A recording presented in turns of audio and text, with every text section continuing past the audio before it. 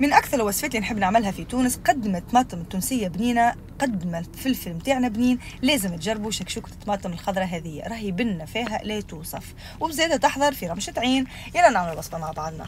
اول حاجه غير زيت زيتونه، وزدت معاه اشطار كيما كيكه فلفل، وقليته بشويه على نار هاديه، يلزم نار هاديه.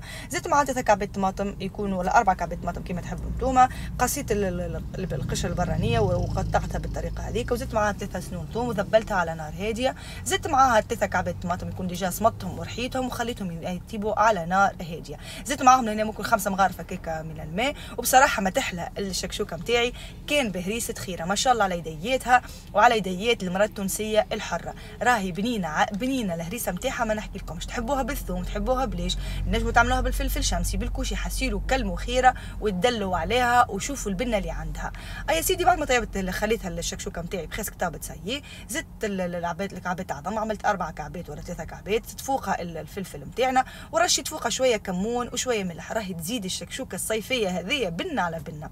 وبعد خديت شويه سردينه انا كملت شويتها، وزدت معاهم شويه ملاوي، حبيت نعمل شويه ملاوي. حسيلو شو نقول لكم، عشاء او فطور صيفي بعد صبحيه في البحر، مش نحكي لكم قاعده تعمل الكيف.